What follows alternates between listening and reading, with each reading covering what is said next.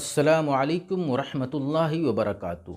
بعض لوگوں کا خیال یہ ہے کہ بیوی جب اپنے پیریڈ میں ہوتی ہے، حیض کی حالت میں ہوتی ہے، تو اگر کوئی اس حالت میں اس سے ہم بستری کر لے تو ایسی صورت میں وہ اس گناہ سے بچنے کے لیے اس کا کفارہ اگر ادا کر دیتا ہے تو وہ گناہ سے پاک صاف ہو جاتا ہے۔ تو سوال یہ ہے کہ کفارہ ادا کرنے کی نیت سے حالت حیض میں ہم بستری کرنے کی اجازت ہے؟ تو آج کی اس گفتگو میں ہم اسی مسئلے کو واضح کرنے والے ہیں۔ میں ارشد جمال اشرفی اور آپ دیکھ رہے ہیں ہمارا چینل دینی پیغام۔ ہمارا یہ چینل کتاب و سنت کی روشنی میں دین کی صحیح ترجمانی کرتا ہے۔ ہم دین کا یہ پیغام آپ تک پہنچاتے ہیں۔ اب آپ اس پیغام کو زیادہ سے زیادہ شیئر کریں۔ اگر آپ نے ہمارے چینل کو اب تک سبسکرائب نہیں کیا ہے تو سبسکرائب کر لیں اور بیل آئیکن کو بھی پریس کریں تاکہ جو بھی نئی اپڈیٹ ہو وہ آپ تک سب سے پہلے پہنچے۔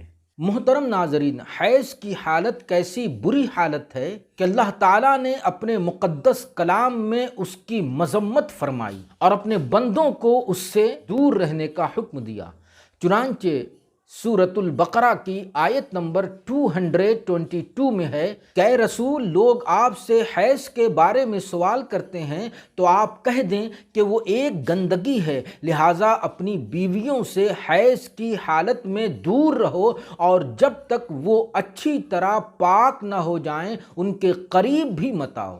اس آیت میں اللہ تعالیٰ نے حیض کی حالت میں اپنی بیویوں سے ہم بستری کرنے سے بالکل منع کر دیا ہے اور اتنی زیادہ تاکید کر دی ہے کہ ہم بستری کی نیت سے ان کے قریب بھی مت آؤ۔ تو پھر یہ کیسے ہو سکتا ہے کہ لوگ ہم بستری کرتے رہیں اور کفارہ ادا کرتے رہیں، اس طرح حیض کی حالت میں بھی وہ فائدہ اٹھاتے رہیں؟ یعنی چونکہ حیض کی حالت میں ہم بستری کرنا ایک گناہ ہے تو اس گناہ کو ختم کرنے کے لیے، اس گناہ کو مٹانے کے لیے کفارہ ادا کر دیں، یعنی 1 دینار یا اس کی رقم وہ غریب مسکین کو صدقہ کر دیں۔ یہ خیال اور یہ سوچ قرآن کے نظریے کے بالکل خلاف ہے۔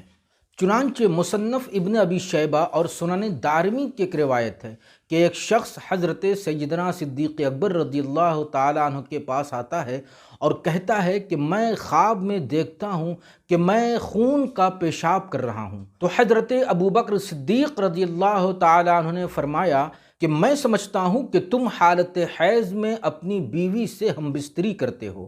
تو اس نے کہا کہ ہاں، میں ایسا کرتا ہوں۔ تو انہوں نے فرمایا کہ اللہ سے ڈرو اور دوبارہ ایسا مت کرنا۔ تو حضرت سیدنا ابوبکر صدیق رضی اللہ تعالیٰ عنہ کا یہ فتویٰ اس بات کو واضح کرتا ہے کہ اگر حالت حیض میں بیوی کے ساتھ ہم بستری کرنے کا اگر کوئی کفارہ ہوتا تو وہ اس شخص کو کفارہ ادا کرنے کا حکم دیتے، لیکن انہوں نے ایسا نہیں کیا، بلکہ انہوں نے یہ کہا کہ اللہ سے ڈرو اور دوبارہ ایسی حرکت مت کرنا۔ یعنی یہ گناہ ہے تو پھر گناہ سے توبہ کرو اور یہ عزم کر لو، یہ ارادہ کر لو، یہ پکا ارادہ کر لو کہ آئندہ تمہیں ایسا نہیں کرنا ہے۔ تو حضرت ابوبکر صدیق رضی اللہ تعالیٰ عنہ کے اس حکم سے اور ان کی اس وضاحت سے یہ ثابت ہوتا ہے کہ اس چیز کا کوئی کفارہ نہیں ہے، کفارہ ادا کرنے سے یہ گناہ مٹنے والا نہیں ہے جب تک کہ وہ توبہ نہ کر لے، جب تک کہ وہ سچی پکی توبہ نہ کر لے اور آئندہ اس حرکت سے اپنے آپ کو باز رکھنے کے لیے پکا ارادہ نہ کر لے۔